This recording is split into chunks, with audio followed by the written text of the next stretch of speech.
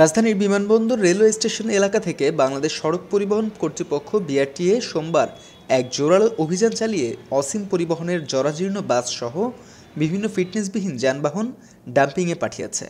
নির্বাহী ম্যাজিস্ট্রেট শিফা নুসরাতের নেতৃত্বে মোবাইল কোর্টে অভিযানে অংশ নেন ট্রাফিক সার্জেন্ট শুভ, কয়েকজন ট্রাফিক কনস্টেবল ও বিআরটিএ কর্মকর্তারা। অভিযানের সময় বহু বাসের ফিটনেস সনদ, বৈধ কাগজপত্র ও চালকদের ড্রাইভিং লাইসেন্স না থাকার কারণে মামলা দায়ের করা হয়েছে।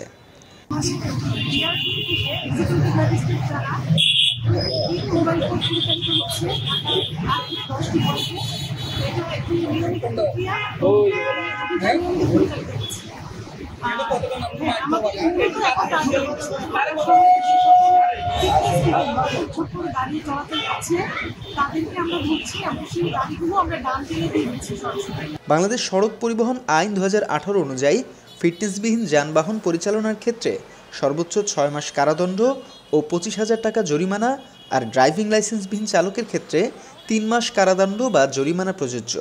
গবেষণায় দেখা গেছে, দেশে প্রতি বছর গড়ে 5 থেকে 6,000 মানুষ সড়ক দুর্ঘটনায় নিহত হন, যার 30 থেকে 35% পেছনে ফিটনেসবিহীন যানবাহনের ভূমিকা রয়েছে।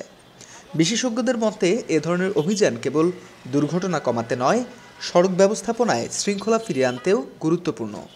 এই অভিযান প্রমাণ করছে সরকারের নীতি স্পষ্ট, সড়কে মৃত্যু নয়, নিরাপত্তা এবং যাত্রীদের জীবনের সংরক্ষণই প্রধান অঙ্গীকার।